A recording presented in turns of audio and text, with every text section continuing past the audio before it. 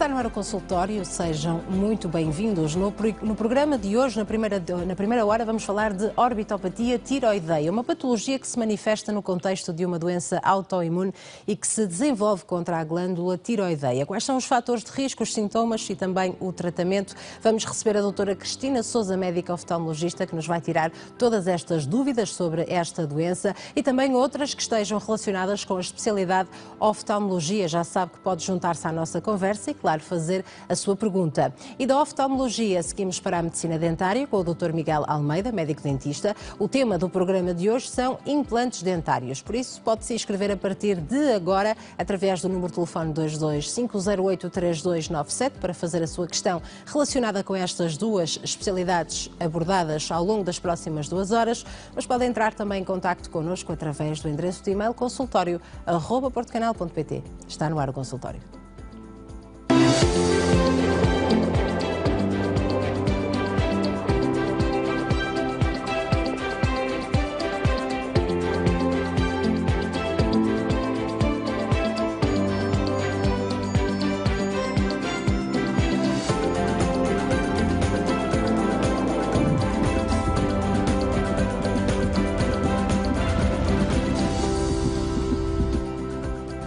Muito boa tarde a todos, sejam bem-vindos ao consultório, programa dedicado à sua saúde e bem-estar. Vamos ficar deste lado até bem perto das 4 da tarde. Contamos com a sua companhia e também com a sua participação. Na última hora pode ligar para esclarecer as suas dúvidas relacionadas com a medicina dentária. Para já vamos falar de oftalmologia e vamos saber em que consiste a orbitopatia tiroideia. É a nossa convidada a doutora Cristina Sousa, médica oftalmologista, a quem agradeço a presença. Sim, doutora. Muito obrigada por estar aqui connosco. Boa tarde para si também. Como se descreve esta doença? Boa tarde, Alexandre. Antes de mais, boa tarde aos telespectadores lá em casa. Portanto, podemos dizer que a orbitopatia tiroideia é uma doença que se manifesta no contexto de uma doença autoimune contra a glândula da tiroide. Ao mesmo tempo que é atacada, digamos assim, a glândula tiroideia, podem ser também atacados os tecidos em redor do olho, nomeadamente os músculos extraoculares, a gordura que envolve o olho e também alguns tecidos moles da órbita. Portanto, podemos dizer que é uma manifestação extratiroideia da doença de Graves, esta doença que afeta a tiroide, e é, na verdade, a manifestação extratiroideia mais relevante e afeta, inclusivamente, cerca de 25% dos doentes, todos os pacientes que têm doença de Graves. E é comum surgir também numa faixa etária específica? Ela, na verdade, pode surgir em qualquer idade, mas é mais comum entre os 25 e os 65 anos e é também mais frequente em mulheres. Pronto, em termos de fatores de risco, nós sabemos que eles consistem em fatores genéticos, é por isso que esta doença está muitas vezes associada também a outras doenças autoimunes, conhecidas, penso eu, como a artrite reumatoide, o lúpus, o síndrome de Sjögren, o stress também, como fator de risco, e o tabagismo.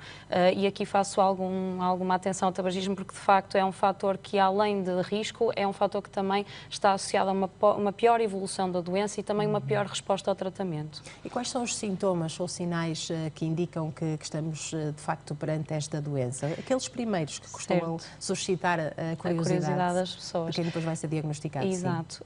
Portanto, a nível ocular, digamos que aquela que é mais comum, quando estamos a falar sobretudo numa fase mais ligeira da doença, ou em termos de sintomas mais ligeiros a moderados, a retração da pálpebra é, de facto, uma das manifestações mais comuns da pálpebra superior, que contribui para aquele aspecto de olhar um bocadinho arregalado, não é, que nós temos tendência a associar a estes pacientes.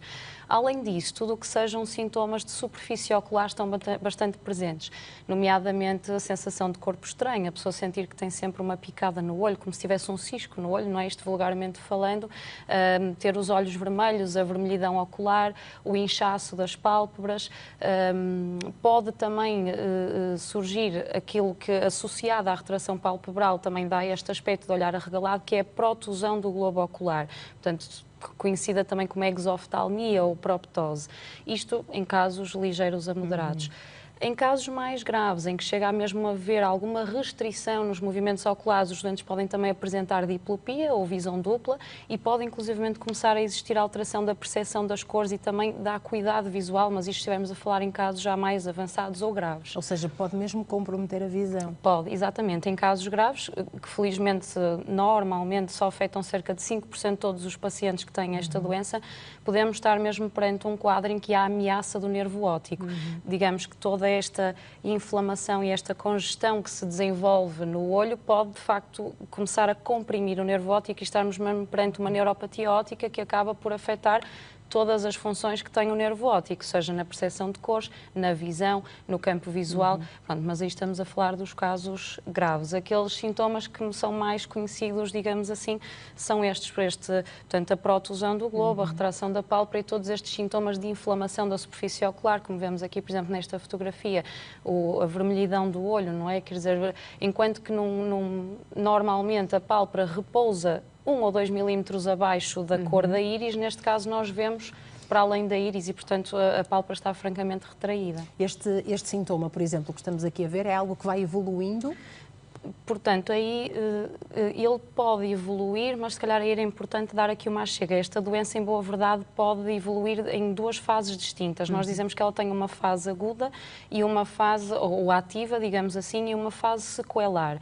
E, portanto, se estivermos a falar da fase ativa, em que há inflamação destes tecidos, em que a inflamação ocorre e há evolução dos sintomas orbitários, este sintoma pode ser um daqueles que instala-se e pode progredir se não houver um tratamento adequado. Esta fase ativa ou inflamatória dura cerca de 6 a 24 meses e é onde nós, de facto, podemos constatar a instalação destes sintomas. Na fase sequelar, estamos perante um quadro clínico já estável, portanto, estabilizado, e onde nos deparamos apenas com as deformidades, por assim dizer, deixadas pela fase ativa. Portanto, aquilo que vai ser um legado deixado pela fase da inflamação. E normalmente são sintomas que afetam os dois olhos em simultâneo ou podem só afetar um também? Regra geral, afetam os dois olhos. É uma doença que é bilateral, apesar de poder existir sempre alguma assimetria. Faz sentido, Sra. Doutora, muitos pacientes procurarem também um médico endocrinologista nesta fase? Sem dúvida alguma. Isto é importantíssimo. Esta doença pressupõe que haja uma abordagem multidisciplinar e o endocrinologista aqui tem um papel primordial porque o controle da função tiroideia vai ser um dos pilares do tratamento nestes casos. E, portanto, o endocrinologista tem um papel fundamental. A otimização da tiroide e a sua estabilidade vai ser fundamental para que depois a parte ocular também possa entrar na fase sequelar e estável. Aqui o oftalmologista também tem uma importância muito relevante, sobretudo na diferenciação, quando estamos a falar de alguém mais diferenciado na área da órbita, que consiga avaliar estas situações, porque a orbitopatia tiroideia pode existir quer durante a manifestação tiroideia, quando estamos perante a doença da tiroide, mas também pode aparecer antes e depois. E, portanto, ambas as especialidades têm um papel fulcral. Pode acontecer surgirem estes sintomas sem as pessoas saberem que de facto têm ali uma deficiência na função tiroideia? Pode, ou ao contrário? Exatamente. Muitas vezes, ou diria que algumas das vezes, podemos ser nós, oftalmologistas, a diagnosticar a doença da tiroide, porque muitas vezes os doentes apresentam-nos com estes quadros clínicos, estes sinais, e nós perante isto temos que obrigatoriamente pensar que podemos estar perante uma disfunção tiroideia e podemos ser nós até numa fase preliminar a pedir esse estudo analítico para perceber de facto como é que a tiroide está a funcionar, mas depois o endocrinologista terá sempre que entrar aqui nesta abordagem. Mas sem dúvida que muitas vezes a primeira manifestação pode ser ocular, exatamente porque as manifestações oculares podem aparecer antes, durante ou após a disfunção da tiroide, enquanto as hormonas da tiroide, digamos assim, estão desreguladas. E até dar os primeiros sinais pode até ser uma doença que já está presente e a tentar manifestar-se há alguns anos e a pessoa só passado precisamente muitos anos é que consegue confirmar perceber. O diagnóstico. Sim, pode existir algum lag, diria, de meses, sim, e até anos, 1, 2 anos pode existir. E há alguma diferença depois também no tratamento, a ser diagnosticado o mais cedo possível? Sim, o diagnóstico precoce é fundamental. Quanto mais depressa ou mais cedo nós conseguirmos estabilizar a tiroide, melhor será o prognóstico, claro. E depois melhor também será a abordagem que nós podemos ter a nível das manifestações oculares. Pronto, aqui o tratamento põe-se nesta... vamos separar aqui outra vez um bocadinho quando estamos perante a fase ativa ou a fase sequelar. Vamos explicar cada uma, Exato, sim. Pronto. Portanto, na sequência do que estava a dizer, quando estamos perante a fase ativa, em que temos uma inflamação francamente instalada a nível orbitário, o importante aqui é nós controlarmos essa inflamação. Portanto, no fundo, arranjarmos forma de que esta inflamação se acalme e não cause danos importantes ao olho. Portanto, aqui, depois nós, oftalmologista, temos o papel de tratar esta inflamação mais a nível do olho, e isso muitas vezes, pronto, dependendo se estamos perante uma doença ligeira, moderada ou grave, ou até ameaçadora da visão, em casos mais ligeiros passa por fazermos muita lubrificação ocular, portanto, damos um conforto ao paciente, todas estas queixas inflamatórias que eles têm, inclusivamente até usar gel lubrificantes, às vezes fazer mesmo uma oclusão do olho no período noturno, porque ele acaba por estar mais exposto com a retração palpebral. Se estivermos perante um paciente que tenha até alguma diplopia, alguma visão dupla por causa do estrabismo restritivo, que aparece às vezes nestes casos, podemos também usar alguns prismas, lentes com prismas, que aliviam essa visão dupla. Quando isto não é suficiente ou quando temos, de facto, uma inflamação franca, temos que recorrer também a outros tratamentos sistémicos, sendo que o principal ainda continua a ser a administração de corticosteroides, portanto, a vulgar cortisona, que se ouve falar, pronto, tem que ser utilizada nestes casos. Atualmente está também em vigor, já em algumas instituições de saúde, também a administração de outros tratamentos imunomoduladores alternativos à cortisona, porque também sabemos que a cortisona depois tem sempre alguns efeitos secundários. Claro.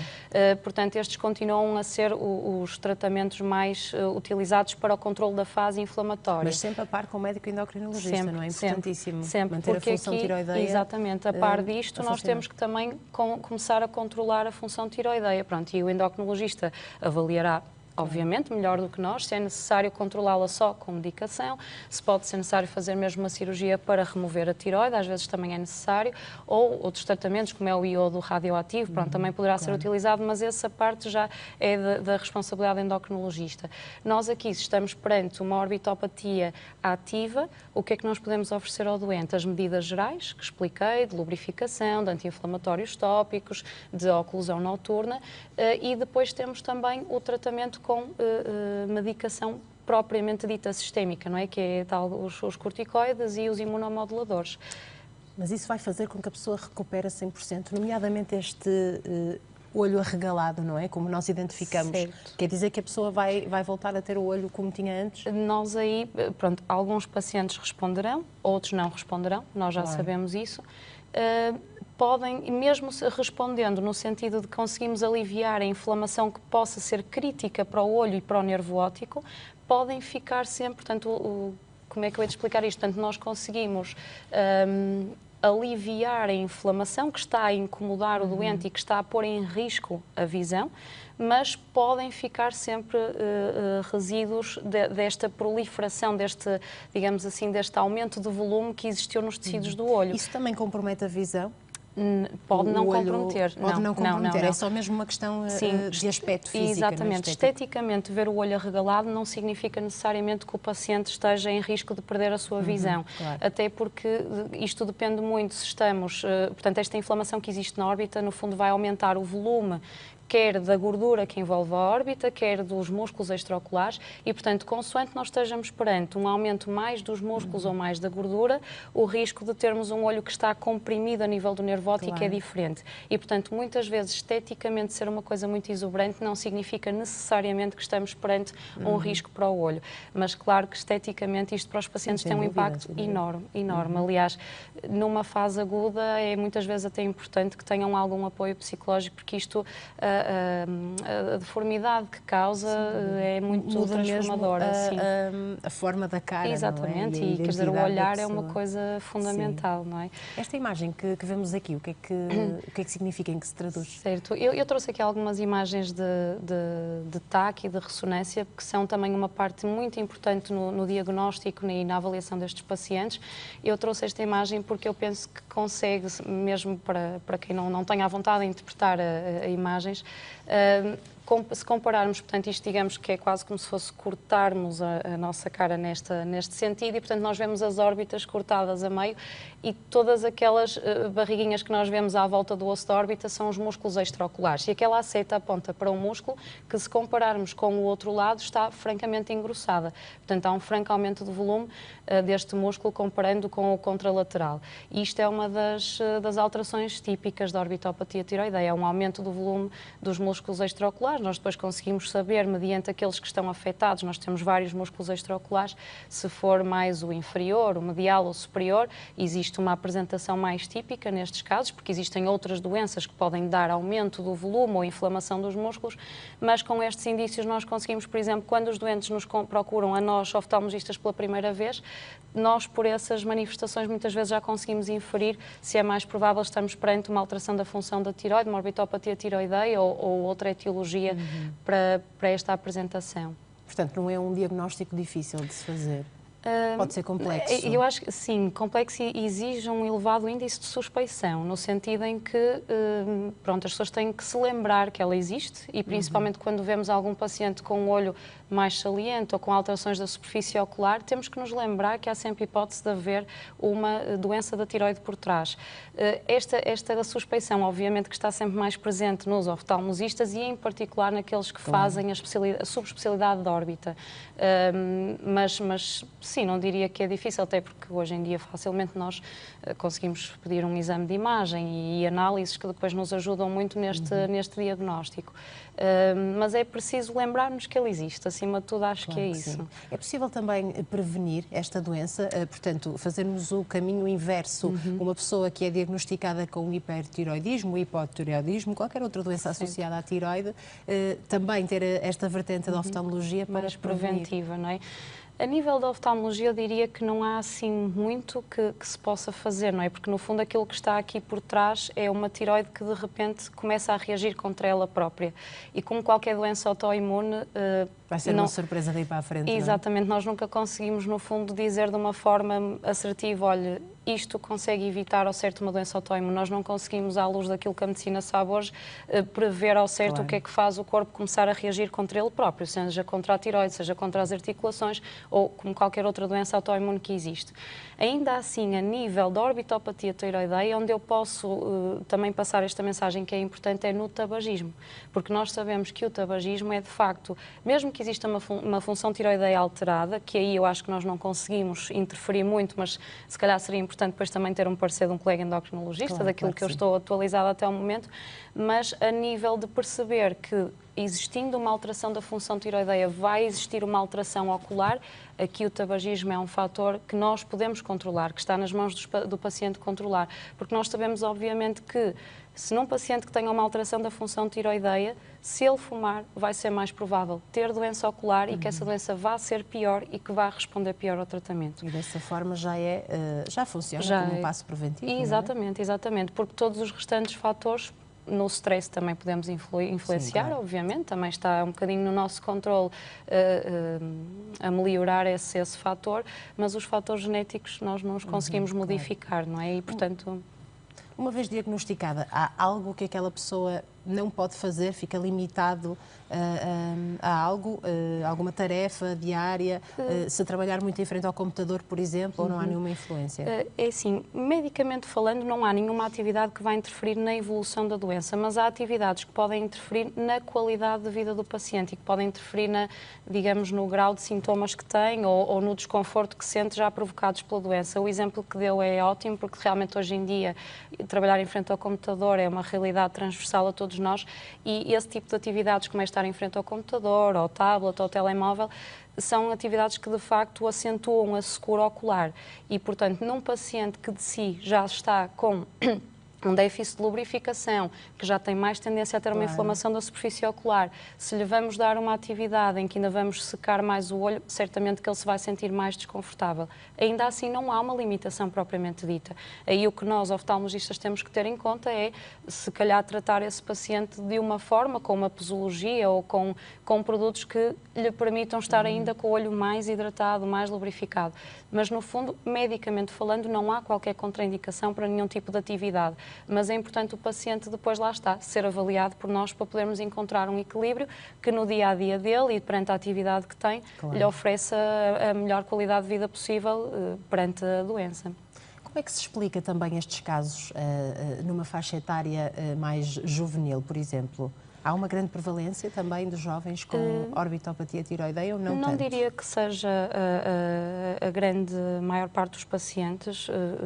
Quer dizer, aqui também entramos numa classe um bocadinho subjetiva do que é que consideramos jovem ou não, mas sim, pronto, vou reformular um bocadinho a minha resposta, peço desculpa. Eu diria que sim, que afeta sobretudo pessoas jovens, não muito jovens, não sei se refere mais assim a adolescentes.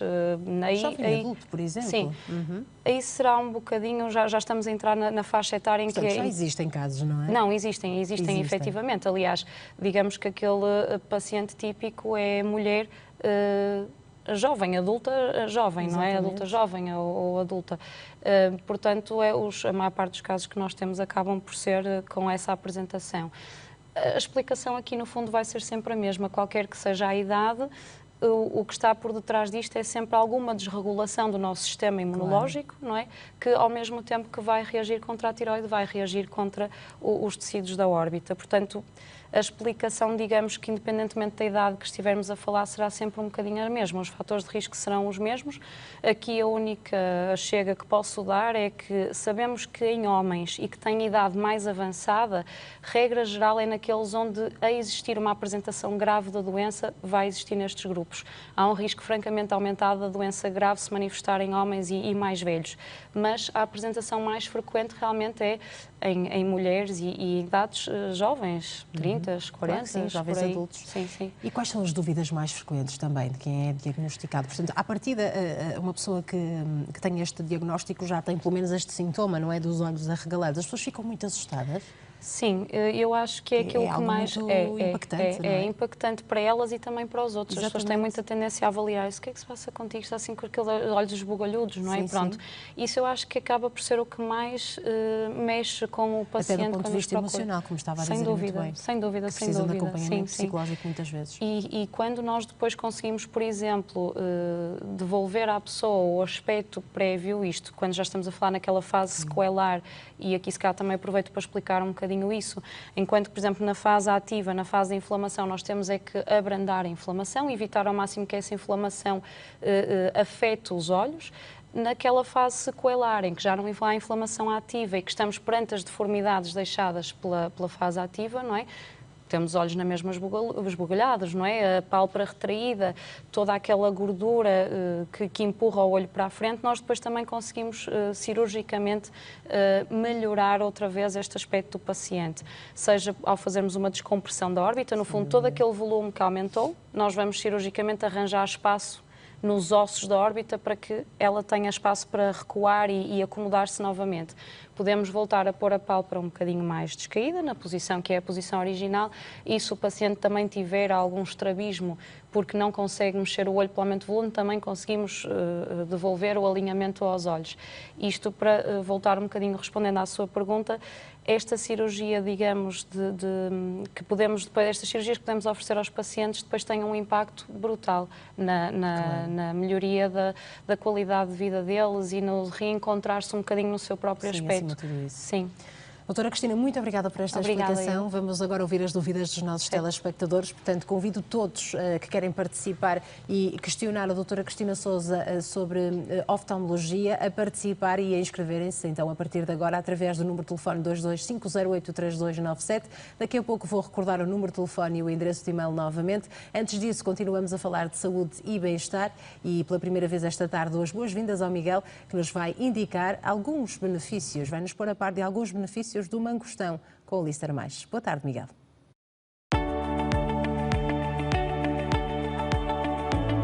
Olá, mais uma vez, boa tarde, bem-vindo a este espaço dos laboratórios da Lister Mais. A Lister Mais está em Portugal há mais de 10 anos. E estamos a ajudar a sua saúde. É de saúde que falamos aqui nas tardes do Porto Canal. E estamos a falar do Mangostão Mais, este suplemento alimentar que reforça o sistema imunitário para não aparecer as ditas doenças, para estarmos aí contra os vírus e bactérias que possam aparecer, estarmos fortes, digamos assim, mas também alivia e ajuda para acabar com as dores nas articulações, dores de cabeça, mas também vai ajudar a regularizar o colesterol, a diabetes, os triglicéridos e ajuda também e previne doenças cardiovasculares. Do que é que está à espera? É um copinho por dia que tem que beber em jejum de mangostão para ajudar a sua saúde. E é um sortudo por estar a ver o Porto Canal. E sabe porquê? Porque está na altura de lançarmos a super promoção. Se ligar agora, neste preciso momento, o número é grátis, a chamada, portanto não vai pagar qualquer valor para ligar para a Lister Mais, 800 202 800, compra 2 garrafas do Mangostão Mais, portanto compra 2 garrafas, recebe imediatamente mais 2. Portanto, compra 2, cada uma dá para um mês do Toma, tem 1 litro, recebe imediatamente mais 2 garrafas, 4 garrafas, logo estamos aqui a falar de 4 meses de Toma do Mangostão. Mas se disser que viu agora aqui no Porto Canal, quando ligar para a Lister Mais, recebe imediatamente esta embalagem de tisanas, o dito chá como nós conhecemos, para tomar todos os dias à noite ou de manhã, é excelente e é uma oferta que também fazemos nesta tarde. E se ligar agora e for uma das primeiras 50 chamadas, é um sortudo. Sabe porquê?